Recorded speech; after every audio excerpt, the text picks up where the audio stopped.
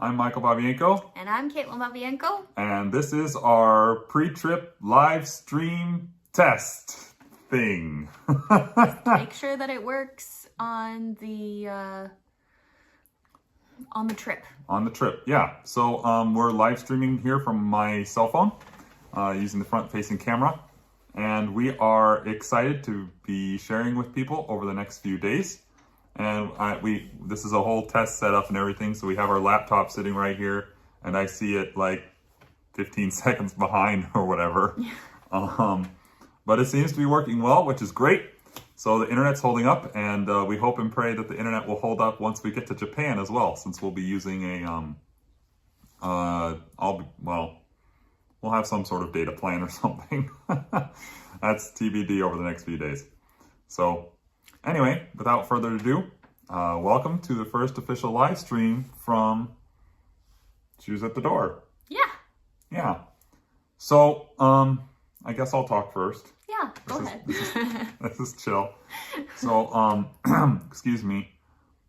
Why Japan? Yeah. So why Japan? Why is Japan... Why are we going there out of all the places? Isn't Japan like this really awesome, super duper Western country? Well, it is. And very much so. But unfortunately, Japan, in terms of Christianity, not doing too hot. It's a misconception that, even I had growing up, that missionaries only go to places where it's a pretty remote place, that things aren't developed very well. Malaria, bed bugs. Yeah, you're Snakes in your boots. out in the bush or the jungle, and that's not the case. A lot of missions happens in city centers or in more developed countries, and Japan fits that bill. It's not about the development of the infrastructure of the country so much as it is the development and spread of the gospel. So, Right. So although the Japanese have the Bible in the Japanese language, they have resources in their language. For whatever reason, and that would be a whole nother topic, the gospel has not taken root in Japan. Statistically speaking, we're looking at a country of maybe about 126, 125 million people, with about 1 million Christians, possibly on the books. So, less than 1% Christian. And that's Christians of all different denominations. Of all different denominations. I think if you look at not Protestants, evangelicals, it's like less than 0.1%. It's very, very, very small. And it's not just small now, it's declining every year. So the downward trend is, and so that's one small reason why it's important that we're going. So Japan had Christianity introduced way back in the 15 the 15 somethings. Before the Edo period where everything shut down. Yeah. So that was the 15 somethings. Francis Xavier or something, I think was the name. And he came from India as a Portuguese Catholic guy. Came and spread the gospel. And it went up, and then Japan kind of shut down and persecuted all the Christians. And then they were closed down for 200 years. They were closed down for 200 years until 1854, 1857 or so, when the Americans came by and were like, open up, please. Except not in those nice words. So they opened up. It was great. Christianity started taking off again. And then World War II happened, and Christianity went down again. After World War II, big boom again in Christianity, but then it's tapered off. It's tapered off again. So yeah. So that's a little short synopsis about why mission work is still important in Japan. So how did we end up there, and why specifically us? Well, we are signed up to serve with an organization called Adventist Frontier Missions. And part of the process of going through AFM is to go to an orientation after you've gone through all of the application process, and you are invited to come to this orientation. It's sort of the last step.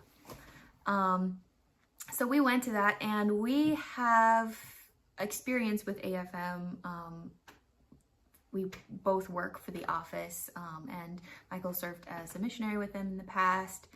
So we've kind of we're kind of familiar with the way that AFM works as an organization, which is part of the reason why we feel comfortable going with them.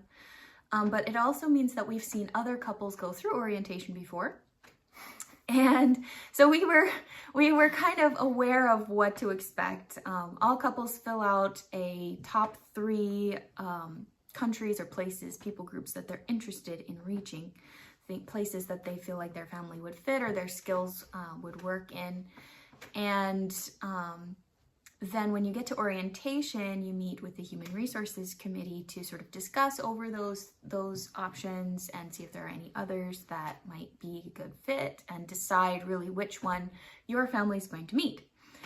And we had seen couples time and again go into this meeting thinking that they're going to talk about just the top 3 calls. To, like, you talk about your first one and that's probably where you'll end up going, and then maybe if that doesn't work out, you might go to talk about number 2. Maybe. And if something really goes wrong, you'll hit that 3rd one. But that's like crazy town if something has happened to your top 2.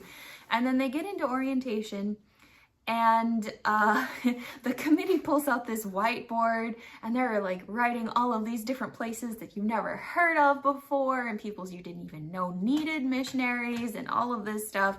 And it's just sort of hits these people like... It's a very friendly smack on the face. Yeah, it's lovingly done. And the purpose behind it is to make sure that each couple is really going to the place that they would fit the best.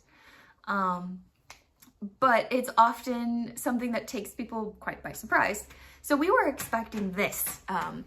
We were ready to go in with we had 2. We didn't really have a 3rd option picked out, but we had 2, and we were armed and ready to go in and like have this whole big discussion about where we would fit and all of these things.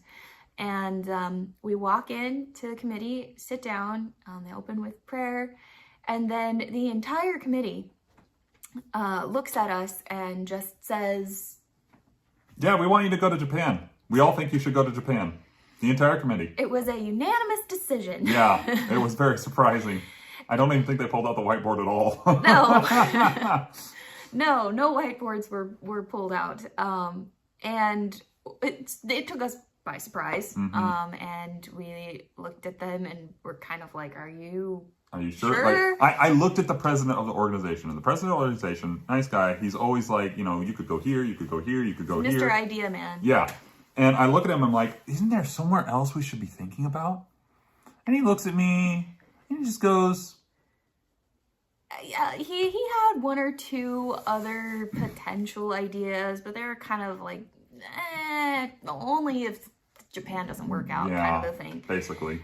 And it was, it took us by surprise. Now, Japan was one of our top 2. It was one of our 2. But it was not number 1. It was not number 1. Number 1 was Cambodia. Yep. And so we had to take some time to think and pray about that, of course. But that was the first of several things that have happened that have sort of shown us that this seems to be where God is leading as we're headed out to the mission field. So that's why. And now we are 2 days-ish away from heading there for the very first time and spending 2 weeks there. Yeah, we're really excited. Yes.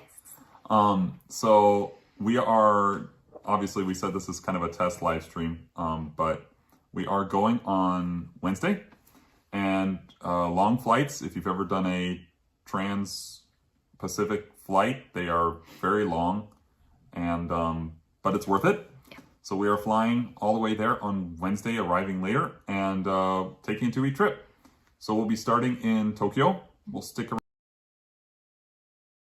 spending Sabbath at Kamakura SDA Church, down south of Tokyo, sort of, kind of. On the coast. On the coast. It's sort of in Tokyo, but not in Tokyo, but in Tokyo. Tokyo's big. Tokyo's big. 40+ million people.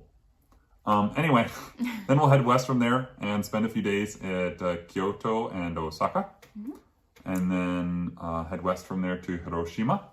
Yep. And from there, continuing on to Hofu in Yamaguchi Prefecture, spending a couple of days there, and then back up to Tokyo. Yep. So it'll be busy. It'll be good. But we're planning on taking visiting a couple of language schools, going to some stores and things, making sure our budget numbers look good for our actual practical planning, because obviously we have to live there. Yes. And just really enjoying the sights and sounds and navigating Japan for the very first time. Yeah, and this won't be the last live stream we do No. for this trip. We plan to do several while we're there, so that you can see the sights and sounds of Japan with us. The nice thing about it is that mid-morning over there is evening over here, so we're going to be up and walking around at a perfect time for people to be logging on and see. Nice evening. Yep. So just make sure we've posted the first live stream time now. It'll be in Eastern Coast time. It'll be Friday at 5 p.m. And West Coast time, that's Friday at 2 p.m. And so that'll be the first one. And then for other ones, just stay tuned on our website, shoesatthedoor.net, which you'll see is conveniently down here in the corner so that everyone remembers. And yeah, we're just really excited to share with you. Yeah, be praying for us if you think of us while we're over there, just that we'll have divine appointments and that we will meet the people that can help us on our inquiries. Yes, of which will be many. Yeah, we are looking for potential project locations, places where we can settle down once we're done with language learning. Once we are through the initial focus phase on language learning. So yeah, we're just looking for God's leading. Yep. So anyway, looks like this test has worked just fine. So we'll wrap it up here and say goodbye until we're in Japan. Okay. Arigatou gozaimasu. Arigatou. Sayonara.